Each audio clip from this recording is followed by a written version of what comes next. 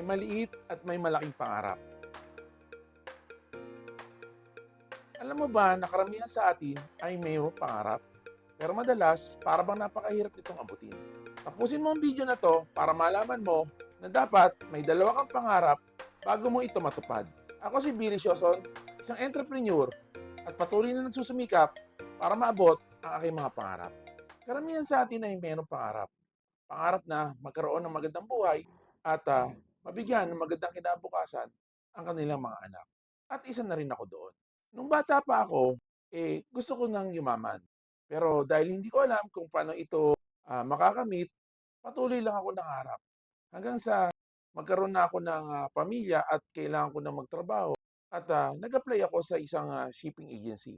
Pero dahil wala na raw bakante doon sa shipping line na aking ina-applyan, napasok ako sa isang malaking kumpanya ng mga electronics. Nung in-interview ako doon sa company na yon, inisip ko na pwede akong mabigyan ng magandang kinabukasan dahil ito isang malaking kumpanya. Pero hindi pala.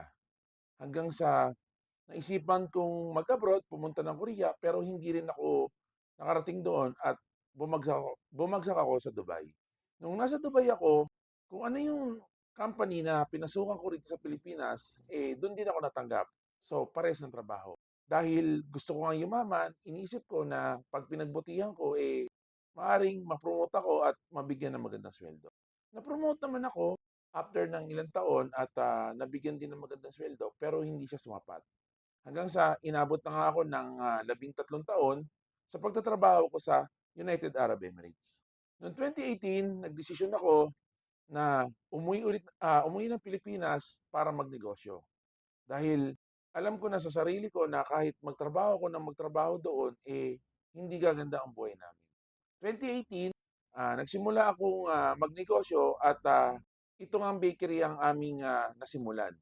Nung una, hindi ko makita kung paano ako mapapayaman o mapapaganda ang aming buhay ng pagninegosyo ko ng bakery dahil unang-una, ang presyo ng tinapay ay nasa 2 piso at 5 piso. Sabi ko, hindi ko malaman kung paano ako mapapayaman nitong pagbe-bakery.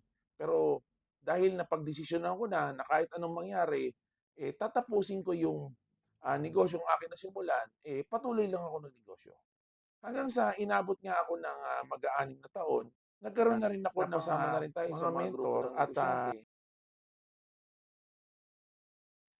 doon ko palang nalaman na hindi pala imposible na mapayaman ka ng negosyo. Ang tanging mo lang kailangan gawin ay yung maliit mong pangarap, kagaya ng aking pagsisimula ng negosyo, at yung pangarap ko na gumanda ang aming buhay, ay mapagdugtong mo siya. So, kung naririnig niyo yung salitang start small, dream big, parang ganun siya. Magsisimula ka sa maliit hanggang sa maipagdugtong mo yung malaki mong pangarap tsaka yung maliit mong pangarap, doon mo na maaaring makuha ang tagumpay. Pero siyempre, kailangan mo pa rin manalig sa puwang may kapal dahil siya lang nakakaalam kung nasa tamang panahon na ba tayo para makuha natin ang ating mga pangarap o makamit ito.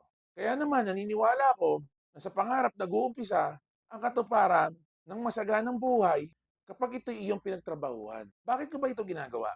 Kagaya mo dati, hindi ko rin alam kung ano ang mga dapat gawin para maabot mo ang iyong pangarap.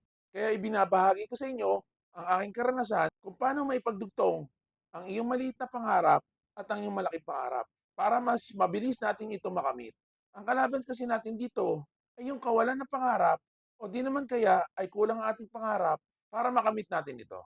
Kaya naman hanggang sa ngayon, kung wala ka pang pangarap, ay simulan mo nang manalangin sa puwang may kapal dahil siya lang ang maaaring makapagbigay sa atin ng maliwanag na pangarap para ito'y ating makamit. At maraming salamat po muli sa inyong pagsubaybay sa ating mga video at huwag niyo pong kalimutan na mag-like at mag-share para mas marami po tayong matulungan.